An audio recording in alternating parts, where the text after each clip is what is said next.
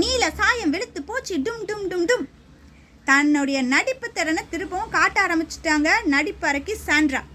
போன வாரம்லாம் அமைதியாக இருந்த மாதிரி இருந்தாங்க இல்லையா, இந்த வாரம் அவங்களால பொறுக்க முடியல. காரணம், தான் புருஷன் மேலே இருந்த கடுப்பை தான் முன்னாடி யார் வந்து நின்று பேசினாலும் அவங்க மேலே கொட்டி தீக்க ஆரம்பிச்சிட்டாங்க.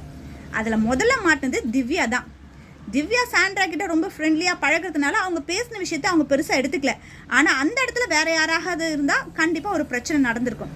இப்போ ரெண்டாவதாக சுபிக்ஷாவுக்கு பண்ணது சாண்ட்ரா ரொம்ப ரொம்ப தப்பு.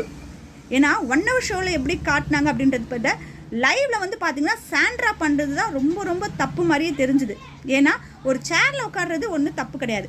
அந்த சேர்லேருந்து அவங்கள எழுப்ப வைக்கணும்னா இவங்க வேறு ஏதாவது பண்ணியிருக்கலாம். ஆனால் அதை விட்டுட்டு அந்த சேரில் இவங்க உட்காந்து சுபிக்ஷாவை தள்ளி விடுறதெல்லாம் கண்டிப்பாக இவங்க குழந்தைங்க பார்ப்பாங்க இல்லையா, அதை பார்த்தா அவங்க கெட்டு போக மாட்டாங்களா?